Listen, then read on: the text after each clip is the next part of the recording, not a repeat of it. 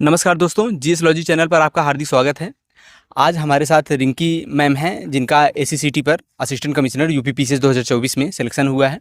Ma'am की strategy जानना चाहेंगे और यह जानना चाहेंगे कि मैम किस प्रकार से प्रिपरेशन की जो आज इस सक्सेस के मुकाम पर हैं। तो मैम, सबसे पहले आपको कॉन्ग्रेचुलेसन्स। और मैम, अपनी स्ट्रेटजी बताइए। आप पहले ये बता दिए आप कहाँ की रहने वाली हैं और कैसे यहाँ पर का सपना देखा कि यूपी पीसीएस में सिलेक्ट होना है या फिर हमको यूपीएससी करना है, तो कैसे, मतलब थोड़ा अपना बैकग्राउंड पहले बताते हुए। मेरा नाम रिंकी है और मैं सहारनपुर ज़िले के ग्राम चोरादेव की निवासी हूँ। और रही सिविल सर्विसेज के सपने की बात, तो ये 12th के बाद जो है मुझे इसके बारे में पता चला था। शुरू से मेरा ये सपना नहीं था। पहले मैंने एसएससी सीजीएल की शुरू करी, लेकिन उसी टाइम में मुझे पता चला कि ये एग्ज़ाम है और मुझे अच्छा लगा, मुझे मेरे दोस्तों ने गाइड किया, तो मैंने इसके लिए शुरू किया। तो मैम, पेरेंट्स का किस प्रकार सपोर्ट रहा या पेरेंट्स ने कैसे सपोर्ट किया आपको, जो आप यहाँ हैं, आप सबसे बड़ी हैं? जी, सबसे ज़्यादा जो सपोर्ट रहा वो तो मेरे पेरेंट्स का ही रहा। इन्होंने मेरी एजुकेशन कभी भी अच्छे से एजुकेशन कराई। मैं हमारे गांव की दूसरी तीसरी ऐसी लड़की थी जो सीबीएसई बोर्ड से पढ़ी हूँ सहारनपुर। उसके बाद से मेरी दादी जी, मेरी मम्मी जी ने मेरे से कभी घर का काम नहीं कराया और पढ़ाई लिखाई में ही मुझे लगाए रखा। और मेरे पिताजी जो हैं, उन्होंने भी मेरी जो पढ़ाई है उसमें पूरा ध्यान लगा और उन्होंने कभी मुझे दूसरे बच्चों से कंपेयर नहीं किया। सबसे बड़ी बात यह है कि आज के टाइम पर जो माँ बाप हैं अपने बच्चों को दूसरे से कंपेयर करते हैं, तो यही उनका सपोर्ट रहा सबसे ज़्यादा। मैम, अब हम तैयारी पर आते हैं। यूपी पीसीएस की जो बच्चे तैयारी कर रहे हैं, उनको प्रीलिम्स को लेकर के आप क्या सलाह देना चाहेंगी?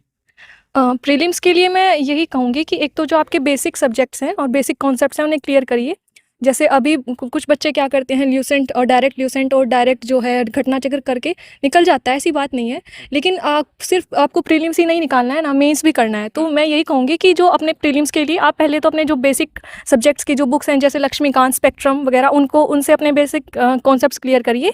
फिर घटना चक्र लगाइए और ज़्यादा से ज़्यादा जो है टेस्ट लगाइए और उन टेस्ट को आप एनालाइज करिए कि आपकी वहाँ पे क्या मिस्टेक्स हो रही हैं और उनको एनालाइज करते करते अपने जो है इम्प्रूवमेंट करें। तो जितना ज़्यादा गलतियाँ एग्जाम से पहले करेंगे वो बेटर रहेगा।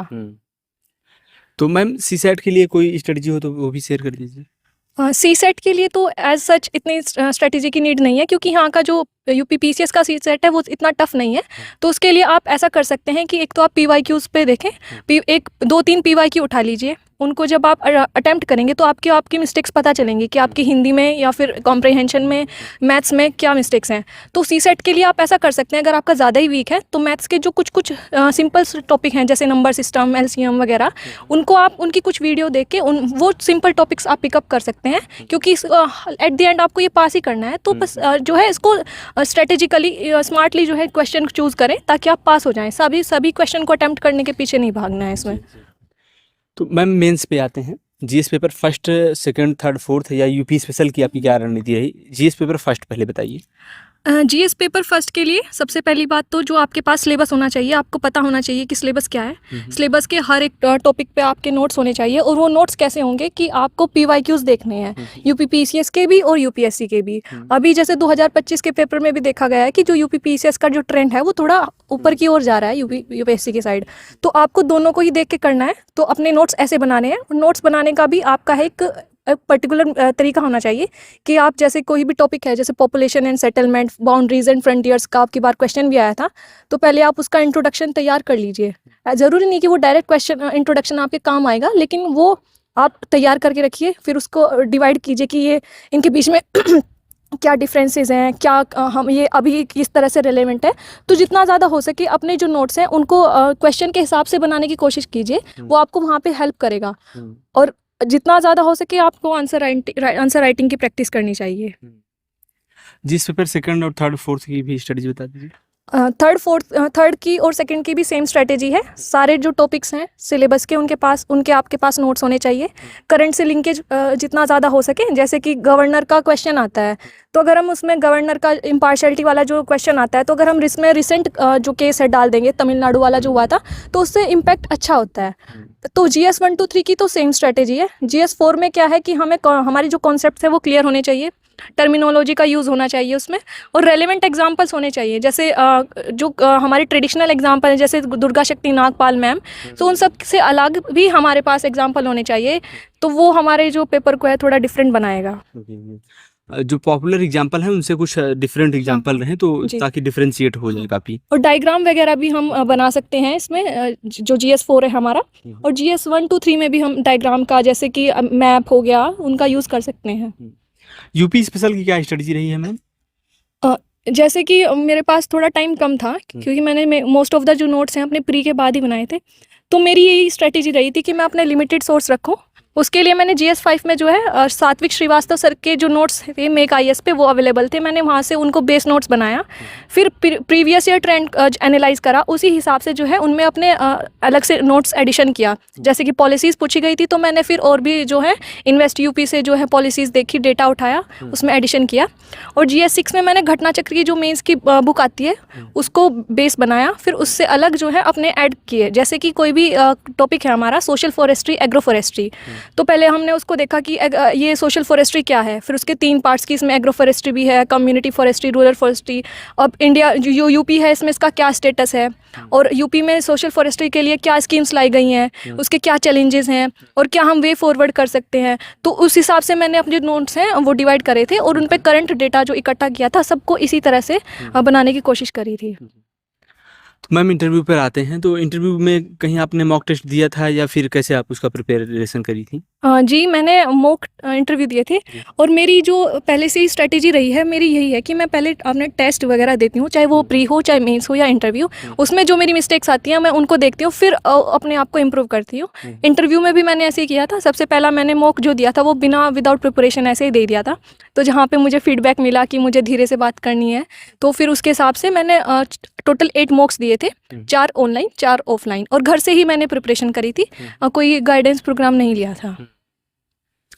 तो हम मम्मी जी से जानना चाहेंगे कि अब बेटी तो कमिश्नर बन गई हैं मैम, कैसा सोच रही हैं, क्या क्या फीलिंग है आपकी? मुझे बहुत खुशी है, अपने आप पे बहुत हुआ है कि मेरी बेटी इस मुकाम पे पहुंची। जी जी। थोड़ा सा क्या कहते हैं कि मम्मी जी इमोशनल हैं, बट ये है कि जब बेटियां कमाल करती हैं तो पेरेंट्स को खुशी तो होती है, खुशी के आंसू हैं। तो मैम हम जानना चाहेंगे कि मम्मी जी का कैसा स्वभाव है, मम्मी जी ने किस प्रकार से हेल्प की, क्योंकि बेटियां मम्मी की दुलारी भी होती हैं, तो क्या कहते हैं मम्मी का क्या सपोर्ट रहा है? मेरी मम्मी और मेरी दादी का जो है डायरेक्ट सपोर्ट रहा है। जैसे पेरेंट जो पापा दादाजी हैं वो मतलब उनका फाइनेंशियल रहा है, लेकिन इनका मेन सपोर्ट यही रहा कि एक तो इन्होंने मुझे कभी घर पे काम वाम कुछ नहीं करवाया। सच बताऊं, गांव में जो है ये बहुत मानसिकता होती है कि लड़कियों को घर का काम करना चाहिए, पहला ये। दूसरा, इन्होंने अगर कोई भी मुझे कुछ भी कहता था तो वो चीज़ें बातें मेरे तक नहीं आने दी, मतलब मेंटल प्रेशर नहीं बनने दिया। तीसरा, मुझे सपोर्ट किया इन्होंने कि जब भी मैं मम्मी को अभी रिजल्ट से पहले भी कहती थी मम्मी पता नहीं मेरा क्या होगा, होगा नहीं होगा, तो ये वही कहते थे कि तू तेरा काम जो है करने का भगवान सब कराएंगे। और जो तो सबसे ज़्यादा सपोर्ट मेरी फैमिली का ही था। इसके अलावा कुछ दोस्त हैं उनका बहुत ज़्यादा सपोर्ट रहा जी। उन पेरेंट्स को क्या सलाह देना चाहेंगी मैम जो अपने बच्चों को पढ़ाना चाहते हैं, आगे बढ़ाना चाहते हैं, जैसे आपके पेरेंट्स ने सपोर्ट किया? जी। आप एक रोल मॉडल हैं तो आप उनको कुछ सजेशन? मेरा यही सजेशन रहेगा कि आपके बच्चे अगर पढ़ना चाह रहे हैं तो आप उनको, सबसे पहली बात तो हर माँ बाप को अपने बच्चों को सही काम में सपोर्ट करना चाहिए। तो उनको उनके ऊपर विश्वास दिखाए रखना है कि हाँ आप कर सकते हैं। और अगर वो कहीं भी लो फील करे तो उनका सपोर्ट सबसे ज़्यादा, अगर माँ बाप किसी बच्चे के साथ खड़े हैं तो सारी दुनिया एक तरफ और बच्चा और उसके माँ बाप का सपोर्ट एक तरफ, तो आपका बच्चा कुछ भी कर सकता है। और दूसरी बात यही है कि अपने बच्चों को कभी आप किसी से कंपेयर मत करें कि अगर किसी का बच्चा ये कर रहा है, उस सिविल सर्विसेज में जा रहा है और आपका कुछ और कर रहा है, तो ऐसा नहीं है। हर इंसान का अपना अलग एप्टीट्यूड है, अपना अलग इंटरेस्ट है, तो उनको उस चीज़ में सपोर्ट करना चाहिए। ऐसा भी हो सकता है कि आपका बच्चा स्पोर्ट्स में जाके ज़्यादा अच्छा कर ले रेदर देन सिविल सर्विसेज में पड़े रहने से, तो उनके सपोर्ट, उनके इंटरेस्ट के हिसाब से माँ बाप को अपने बच्चों का पर विश्वास बनाए रखना चाहिए और सपोर्ट करना चाहिए। So thank you very much ma'am, हमारे साथ आप जुड़ी इसके लिए बहुत बहुत शुक्रिया, बहुत बहुत बधाई मैम। थैंक यू भैया। Again congratulation. Thank you. और आपका भी बहुत हेल्प रही है इंटरव्यू के बाद से, तो thank you to you and thank you भैया ऑल्सो।